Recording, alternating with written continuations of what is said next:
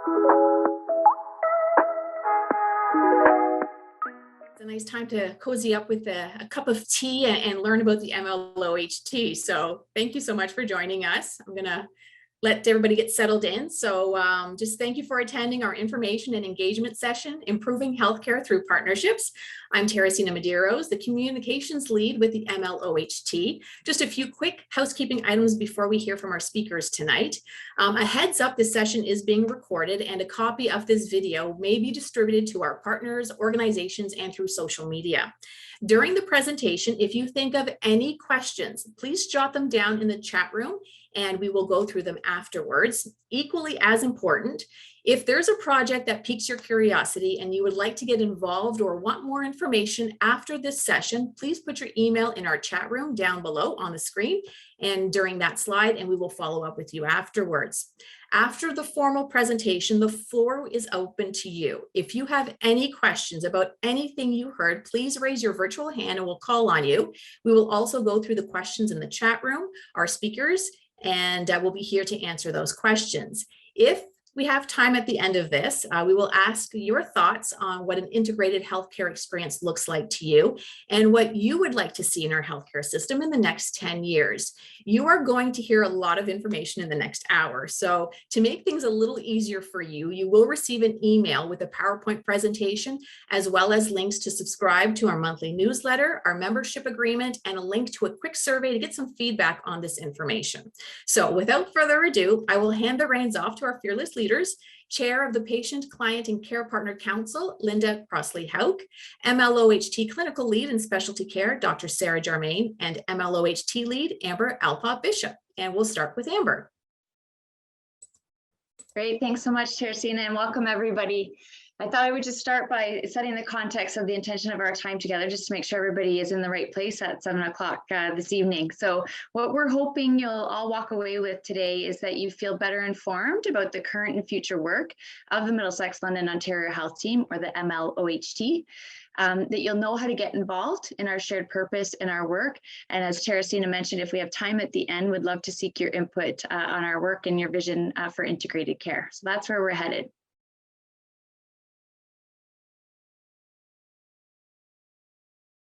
And then the next slide is just really foundational. So always like to start with the why of Ontario Health Teams in general across the province. Why were Ontario Health Teams developed? We have 54 of them now across the province. So why have they been created? And the answer to that really is summarized on this slide. So even though we have lots of people working really hard across the system, and I mean patients, clients, caregivers, care partners, and providers working really hard to try to navigate the health system, it still feels confusing and disconnected. And so the outcome of that is that that lack of clarity or that lack of connection can actually negatively impact patient, client, care partner experience, the provider experience, certainly, patient outcomes, and of course, the system performance as well. So OHTs are here to help. This slide, I love how it visually represents the current state compared to the future state of where we're headed. And this is not a graphic specific to the Middlesex London OHT. This is certainly a provincial graphic that we use a lot. So the left side of this slide here just really indicates how the current system is built, and it's built by sectors, or we call them clusters when we talk about our coordinating council a little bit later. And again, even though everybody within each of those sectors are working really hard to do their best and deliver great care, the challenge is that there's not a lot of connectedness between those pieces.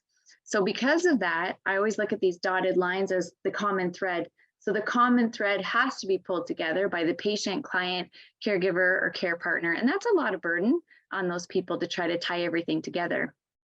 On the flip side, where we're headed, on the right side of the screen, is that Ontario Health Teams function as one team. So all of those sectors work together as one team, and the patient, client, care partner, and caregiver are empowered members of that team.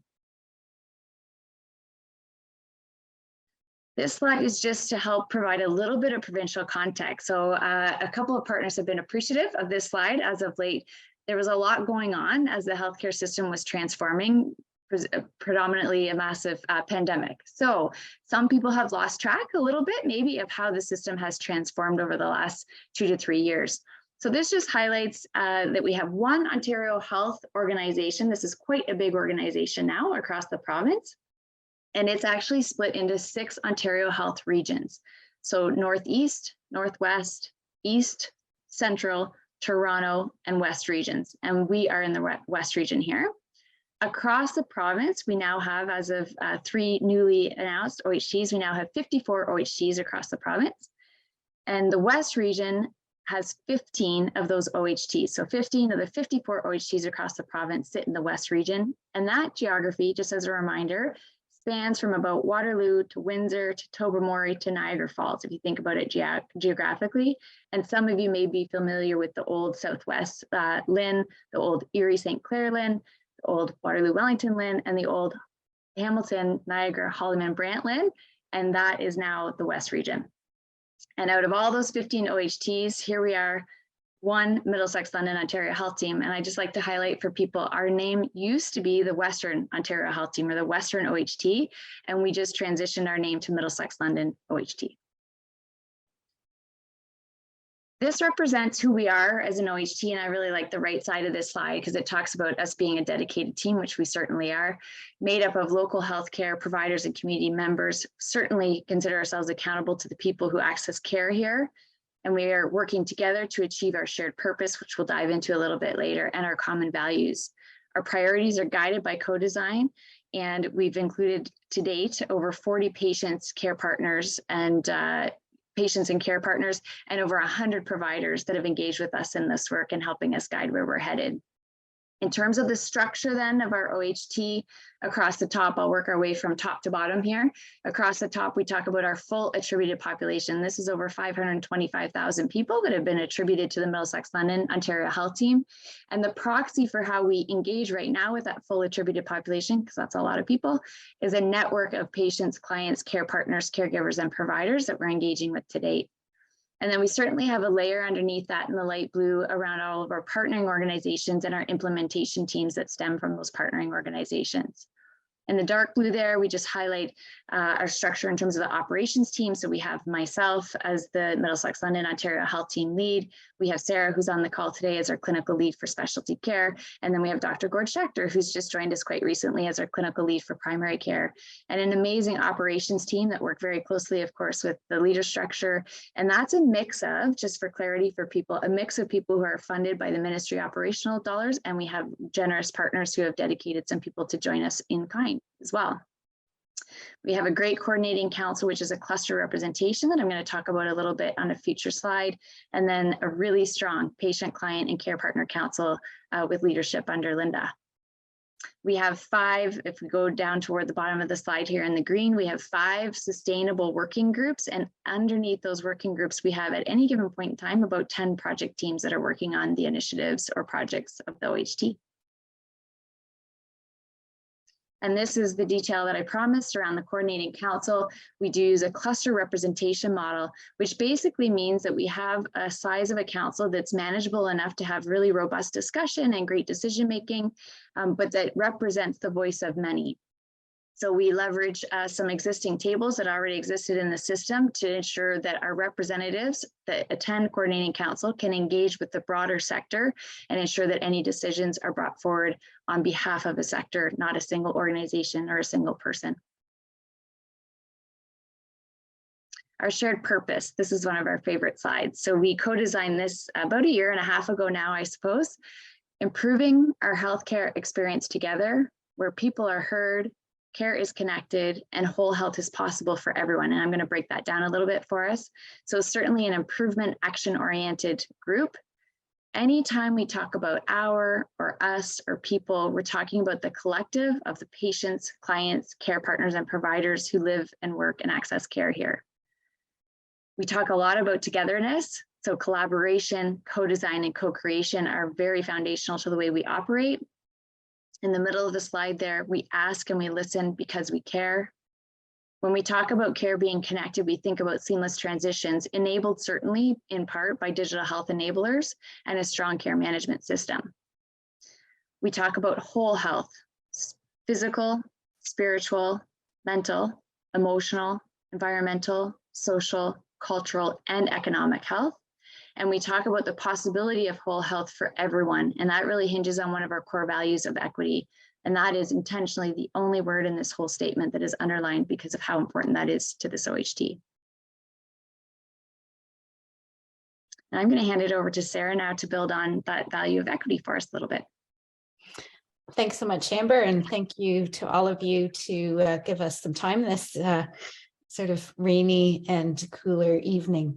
So I'm going to talk about some of the frameworks that we've really embraced as an OHT and that help sort of center our work.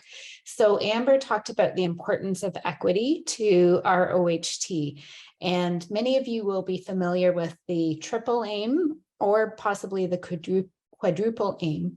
And we really talk about a health equity driven quadruple aim. So as a reminder, the quadruple aim is really talking about how do we pay attention to the care to the individual patient. So thinking about the quality of care and their experience. How do we do that at the same time while paying attention to the broader population? And in this case, thinking about our full attributable population. And that's really key right now when we're seeing such challenges in healthcare in terms of access to care, long wait times, and things like that, is really taking that full system, full population view. We also have to pay close attention to all of our providers and healthcare workers and understanding their experience and well-being within the system. And that's particularly important right now, given the incredible stresses and strains of the pandemic over the last 2.5 years. And so really looking at change and improvement that pays attention to how do we make it better for them, as well as the patients, family care partners, and communities that we serve. And then finally, it's really looking at value, and value is often defined as quality over cost, but it's quality through the lens of what's important to patients and family care partners, and really paying attention to the fact that when we're in a system with scarce resources, we really need to think about where are we investing those so that we get the greatest possible improvement that's important to those that we're serving. Another framework which is really driving a lot of the work that we're doing is about population health management. So again, this is looking at the health of everyone in our population, and it's thinking about health from quite a broad lens. So not only the traditional sort of more medical focused care, but thinking about all of those social and environmental impacts that may one, contribute to the conditions of a patient, can contribute to barriers for accessing care, and understanding within our full population, what are some of those individual subpopulations or communities that we need to serve. We look at that in terms of the whole healthcare journey. So thinking about care from the community, from a patient's home, right through into acute care in the hospital and back home, or in other residential care, and thinking about how do we pay attention to both those individual care needs and the needs of that broader population. When we started as an OHT, we were asked to focus on a priority population. And so the Middlesex London OHT had identified individuals living with COPD and congestive heart failure, particularly those at risk of hospitalization, as the priority population. What I would say is that as we've worked with patients, family care partners, providers, health leaders across the system, and to really co-design what are those priority areas of focus, we've recognized that we really need to pay attention not only to that particular priority population, but designing care for our full attributable population. And so many of the projects and initiatives that you're going to hear about today are really speaking to that broader lens, and how do we really transform care so that we can truly work in an integrated way to improve care right across the system. And I think I'm going to turn it over at this point to Linda.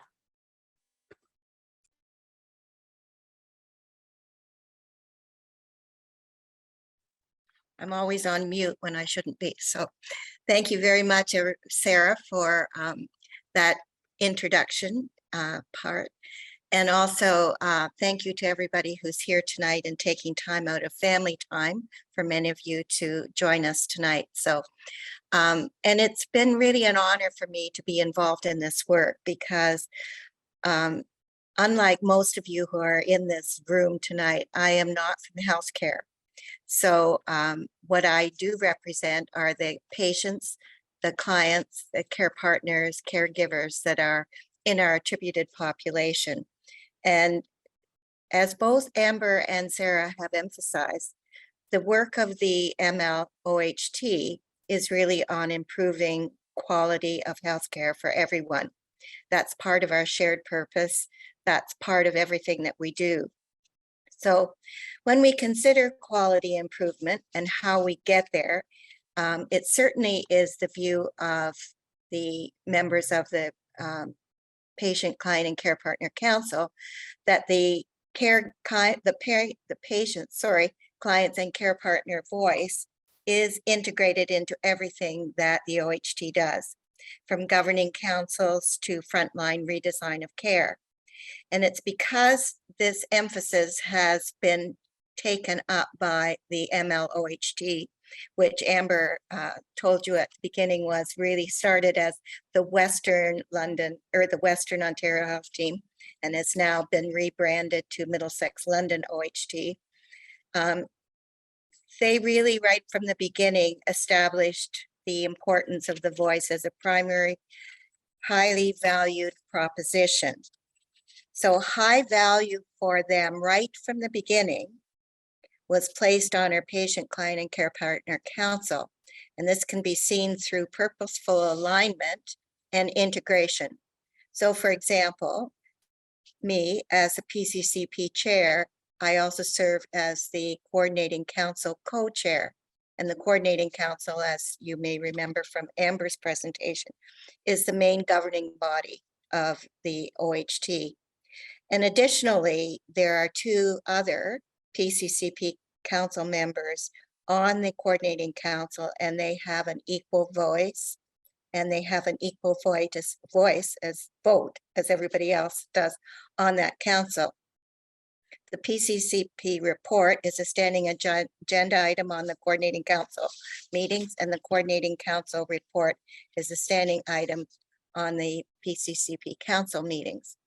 Patient stories are woven into the work of the OHT and into the Coordinating Council, PCC Council, and all the other working groups which meet as appropriate. And there are PCCP representatives on our OHT operations team. So if we want to look at what it means by placing high value on the patient voice, how does that translate into action? And it is in 4 distinct integrated elements that helps amplify the patient, client, and care partner voice to advance and promote the MLOHT, its principles and shared purposes. So in this diagram, we look at the dark blue and in the green arrows. Patient, Client, Care Partner Council is focused on gaining feedback through the development of a patient, client, care partner network across our system.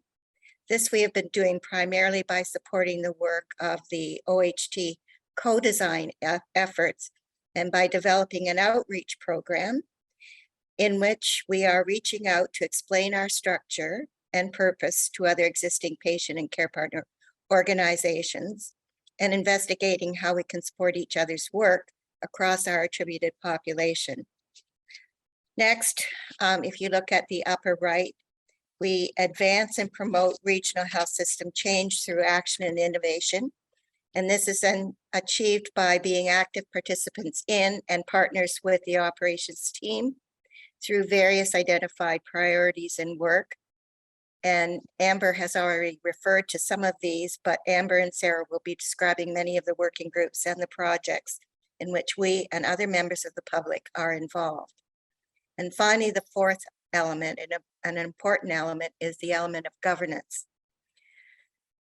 Governance is where we participate in strategy and policy development aligned to Ontario Health, as well as decision-making at the governance table, which is the coordinating council. So as we work through, as we have worked through over the last couple of years, we have a small group that is part of the PCCP network and the PCCP Council, but we are definitely doing everything we can to expand our group so that we are amplifying the patient, client, and care partner voice, not just to be the voice of a small group of people, but to be a voice that actually is representative of the attributed population of over 500,000 people in our region.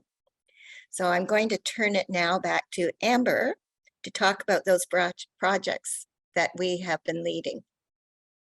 Thanks, Amber. Thanks so much, Linda. Yeah, so we thought everybody might appreciate a bit of an update on all our projects. And so I'm not going to go through this slide, thankfully, but it does represent probably why we felt so busy over this fall. So we have lots on the go. What I will highlight on this slide, so this is all of the projects or initiatives that we are actually leading as an OHT. There are some other projects that we're supporting or partnering on that may not be reflected here. So this is just everything that we're leading. And along the left side of the slide here, I just want to highlight that all of the projects and initiatives are working toward or preparing us for population health management approach here. So we take population health management basically as our foundation and ensure that all of our projects align with that approach. Also want to highlight, Linda's talked a lot about the co-design approach that we've been using. And so last fall, we did a lot of engagement and there were two key themes that came out of our co-design work: sustained care relationships and access to and awareness of services. So we keep that on our radar. How does our work actually support those two key themes that our community told us to focus on? And then in the teal, kind of in the middle of the slide there, you'll see that we also have some work related to COVID response and recovery, which would be appropriate for OHTs. And then we also have some very specific work related to health equity. And at the very bottom there is all the work that we have going just to ensure that we have the appropriate backbone structure, policies, processes to be successful here in Middlesex, London. So with that overview, I'm going to pass it to Sarah to take us through some specific projects, and then it'll come back to me. That's great. Thanks, Amber. So I had mentioned before the importance of paying attention to the impact of the care we're providing on healthcare providers, and really looking at how do we increase value to care by releasing or decreasing administrative burden. And one of the things that really became clear early on in our work was the challenges that especially primary care physicians and providers, but also many others in the system are facing around referral management. And so lots and lots of time spent by office administrative supports, by physicians, nurse practitioners, and many others, trying to make sure that referral information is getting to the right place, that faxes aren't sitting on office floors, and that patients have the information they need to be able to get to their appointments. So this was a project that we partnered with London Middlesex Primary Care Alliance on, and eHealth Center of Excellence, and really had a number of different focuses. One was to try and simplify referral forms so that the information would be straightforward and easy to complete. Two was to be able to help primary care practices onboard into electronic referrals rather than using fax. And the third was to really look at the fact that it was hard for primary care offices to be using paper systems and fax systems for some specialists who were receiving, and electronic referrals to the others. So it was using a digital solution to use e-referral across the board by using an e-fax solution. So this project has shown a good uptake on e-referral by primary care. And so far, the early feedback from providers across the system have been increase in satisfaction. And we're hoping to see this continue to spread and scale across our OHT.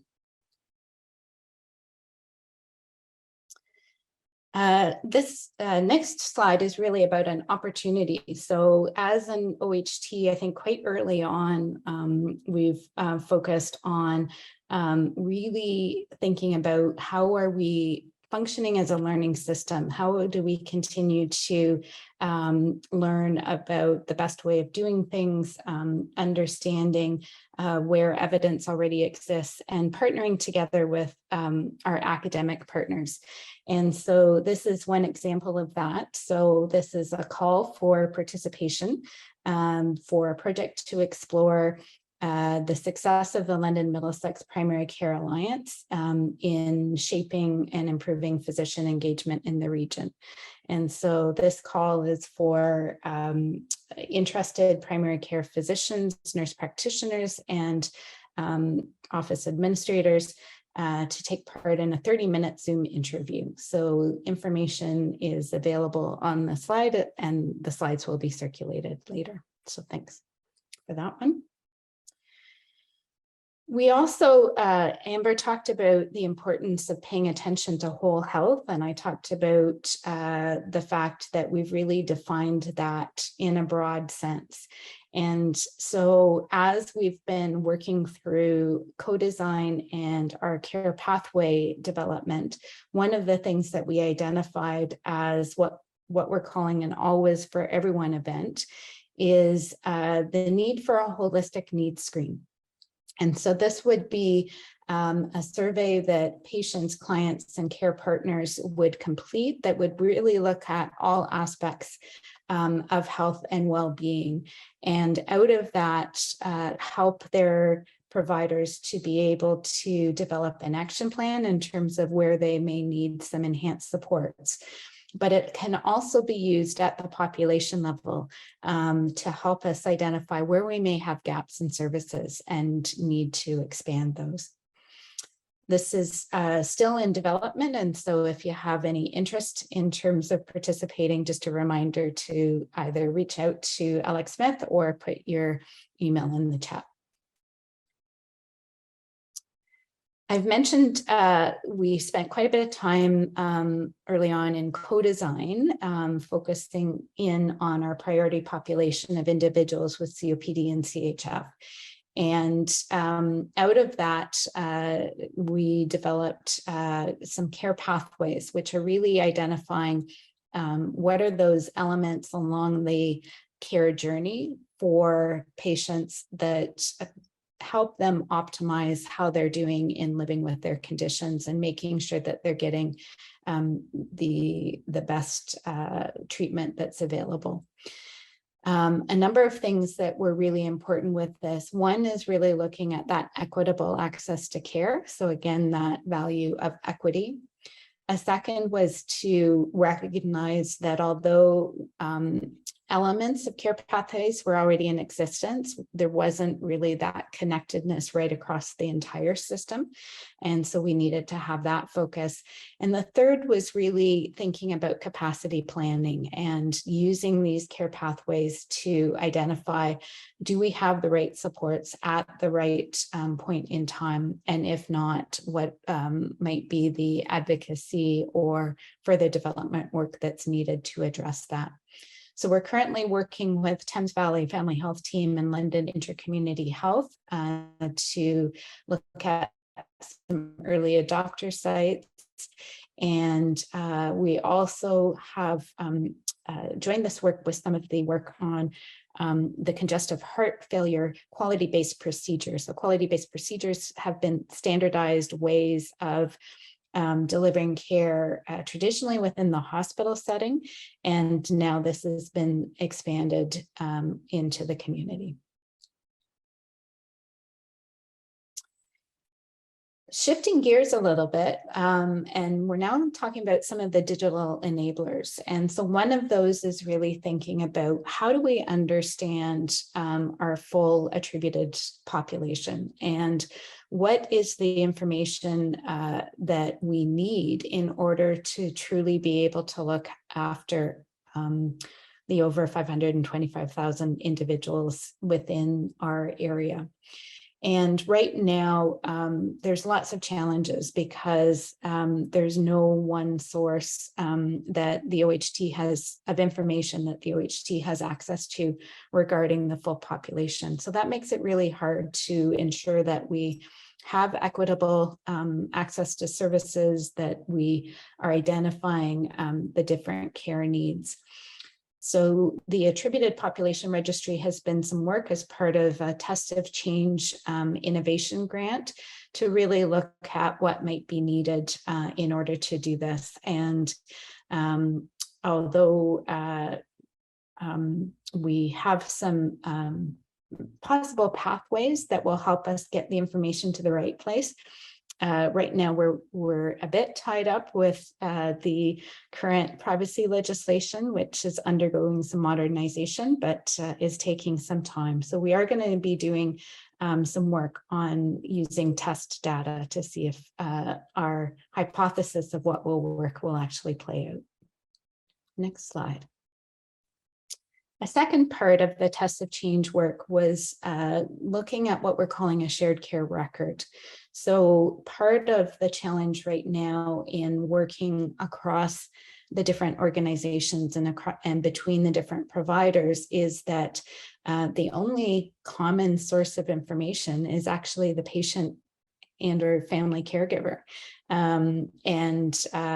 Often patients and family care partners are quite horrified about that we don't all have access to the same information about them, and quite frustrated with us when we ask the same questions 15 times in a row. So this work is really looking at, can we develop a real-time connection between primary care, home and community care, and hospital to start, with the idea that that could be spread and scaled to other providers in the system over time. And look at doing that through some technology called a health information exchange. So lots of work that has happened to get us to the point that we've now got some interested vendors working with us and looking at, again, using test data, can we actually make this work? So if you would like to get involved, a reminder to put your email in the chat. Another theme which has come up very frequently is the challenge in terms of accessing primary care, which is a challenge, I would say, across the province and the country. But in Middlesex, London, we know that there's nearly 60,000, actually it's probably more now, these numbers are a couple of years old, who do not have access to a primary care provider. We've held a number of working group sessions to really look at what are some of the drivers and themes in terms of why people are having a challenge accessing primary care, and some possible change ideas that we've looked at prioritizing. So some are going to be sort of just do it, things that we can work on quite quickly over the next 6 months, and others are going to take further work to be able to identify the scope of the project, who needs to be involved, and in some cases, what resourcing might be available for those. So lots of work still to be done in this area, and if you're interested, then please let us know. And I'm going to turn it over to Amber. Thanks, Sarah. So I'm going to talk about 24/7 healthcare system navigation and why did we engage in this work. Our community, again, back in the fall, told us that patients and care partners are not always being referred to available community supports. And, you know, part of that challenge might be that it's really hard for providers to just keep up with what services are available where and when. And so this work is really about two pieces: understanding the current state about where patients, providers go right now to find and connect with services, and also to develop an actionable plan for actually implementing a local 24/7 navigation supports model. So in terms of where we're at with this, Trudy DeVries is leading this work, and I think she's on the call with us tonight. We've got navigation pathways and a navigation support model that's in development with a great, strong project team. And we also held most recently, just earlier this month, a Middlesex London Navigation Collaborative kickoff meeting.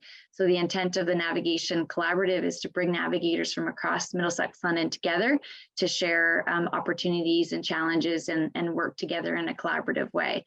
And so just as Sarah has been prompting at the bottom of all of her slides, you know, if you're interested in getting involved in the Navigator Collaborative, or maybe you know someone who should be involved in the Navigator Collaborative, please email Trudy or go ahead and chat, put your email address in the chat right now and we can connect with you, whichever works best. Okay, the next few slides here are talking about the Collaborative Quality Improvement Plan work in our Quality and Analytics Working Group. Collaborative quality improvement plans were expected of all OHTs last fiscal year, and again this upcoming fiscal year, in the spirit of we could probably work together and achieve more together in terms of moving some key indicators in terms of our local situation here. And so the idea behind the Collaborative Quality Improvement Plan is it's just setting up a formal commitment to quality, you know, that OHTs can make to their community. So it's a good signal from us that we're dedicated to a quality improvement approach. It's looking at a model of improvement where OHTs really set improvement targets together based on some indicators. And in this past fiscal year, in fact, across the province set some indicators for us, but I could see how we mature and evolve over time that we made together as a collaborative, determine what some key indicators are for us here locally. It's really about an improvement plan that aligns provincial and local health system priorities together within the health equity driven quadruple aim approach. And so again, that makes great sense that OHTs would contribute to provincial priorities. And it's designed to really support multiple organizations coming together toward a common goal. So within the context of the CEQIP doing that, but I think it represents, you know, what we're trying to achieve more broadly than that. And there's 3 areas of focus for the quality improvement plan for this year. And the first one is alternate level of care, or people may know this as ALC.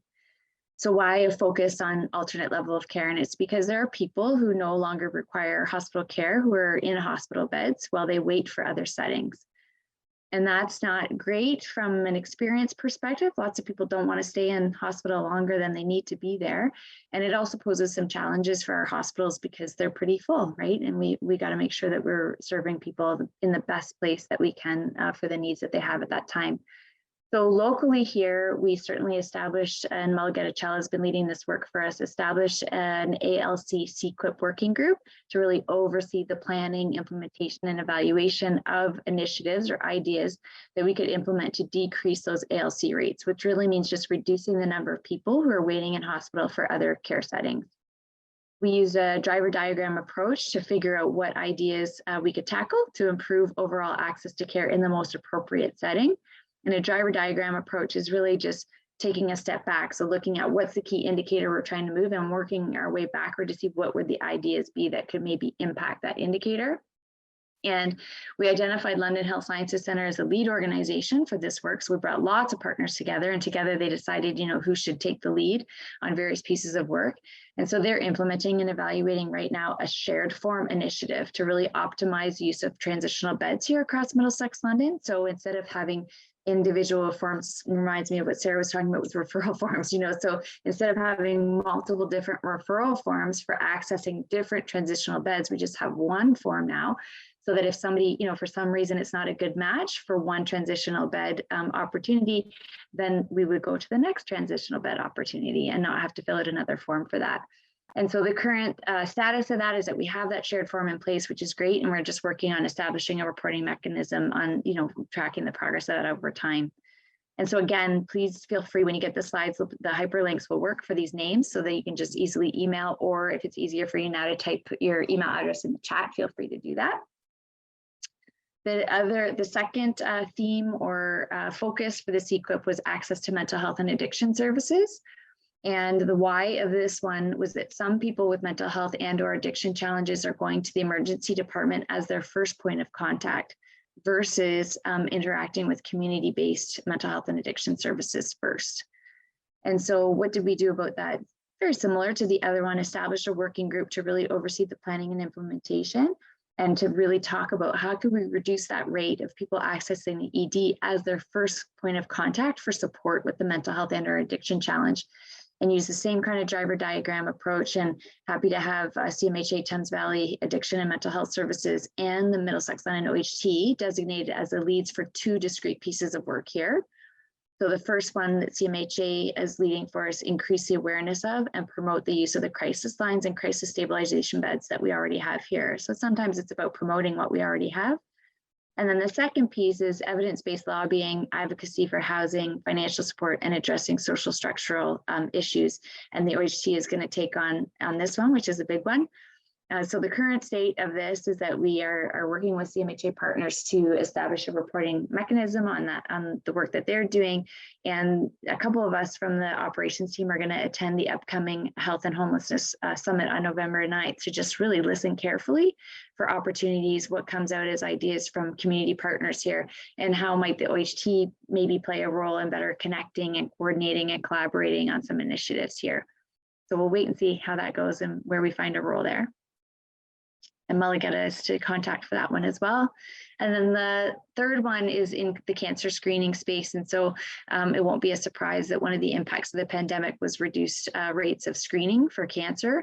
And so again, stepped up a working group, used a driver diagram, and actually, probably not surprising, identified the Southwest Regional Cancer Program as being the lead organization for this to really implement and evaluate some strategies to increase cancer screening, but for people with a specific focus on people who don't have attachment to primary care, because we know there's lots of people in that boat, as Sarah had talked about.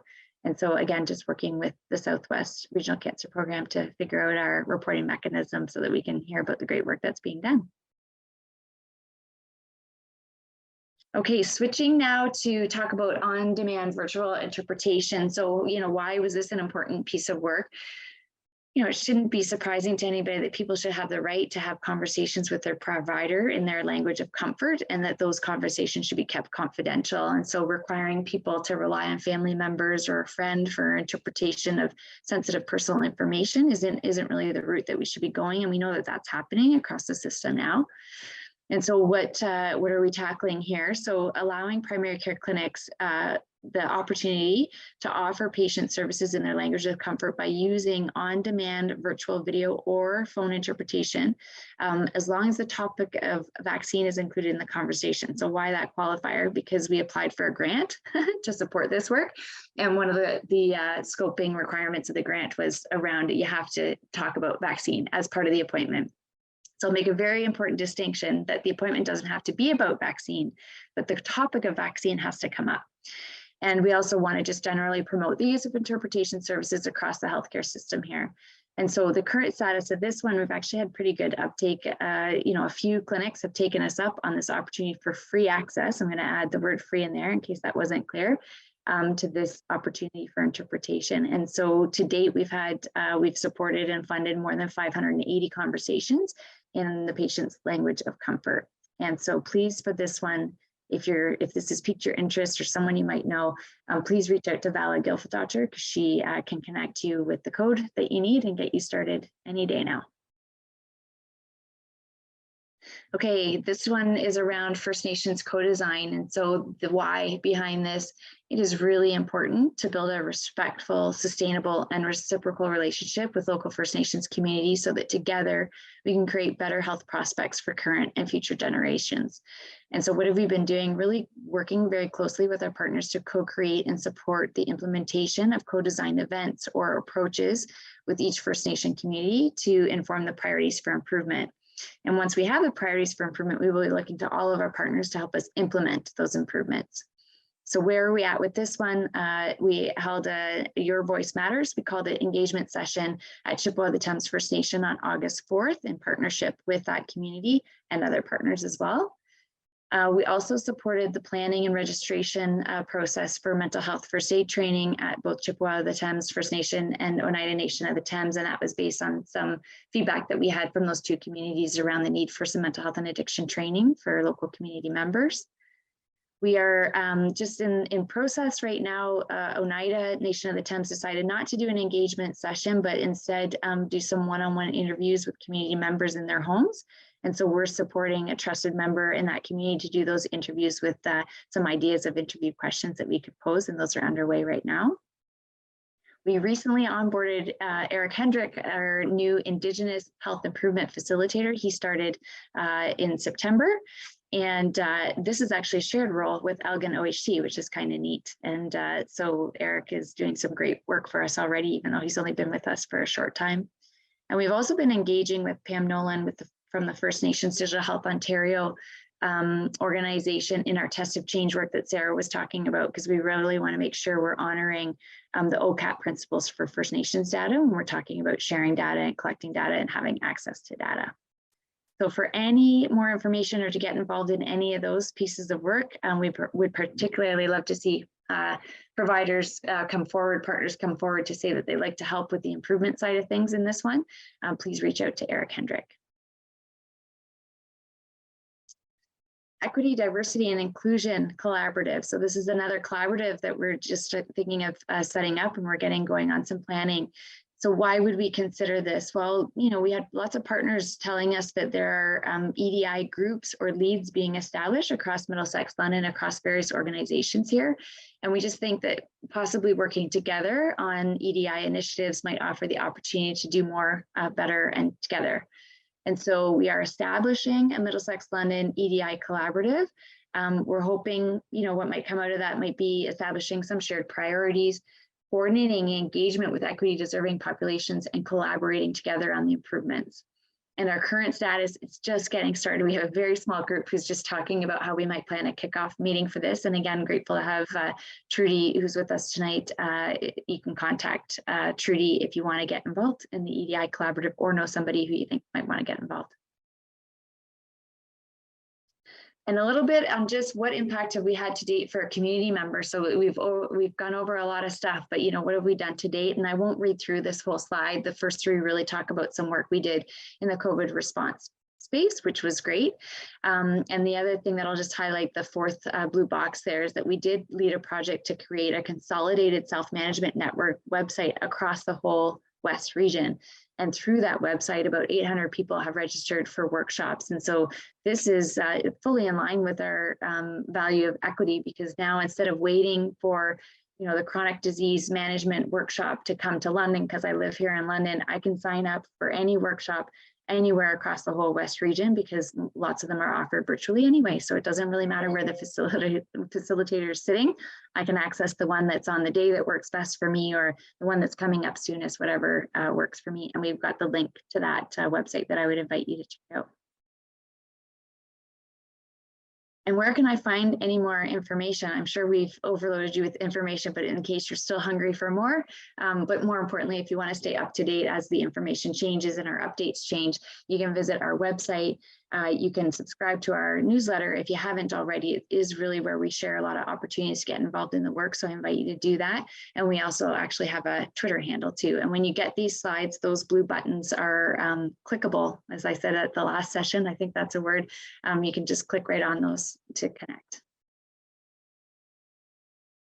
And a little bit just about what it is to become a Middlesex London Ontario Health Team member. You know, it's really just raising your hand to say you support the purpose of what we're trying to achieve, and you'd be open to us reaching out to say, hey, would you like to try something with us in terms of making improvement here with the healthcare system? And you certainly would ensure that you're on our newsletter if you became a member. We shortened the member agreement significantly. So we recognized that the multi-page document that we had before was maybe a little intimidating for some. And so we've simplified the document. And so if you're interested in that, please feel free to reach out to me or type your email address in the chat anytime. Sincere thanks for joining us. I know it's a busy time, and so the fact that people took an hour out of their day and in fact their evening to join us is really appreciated. And you know, it's a really great open group here. So at any point in time, if you have any follow-up questions you wish you'd ask, then Teresina mentioned we're going to send an email out, and we're happy to loop back with you on that. So thanks so much for coming. Thank you, everyone. Have a good night.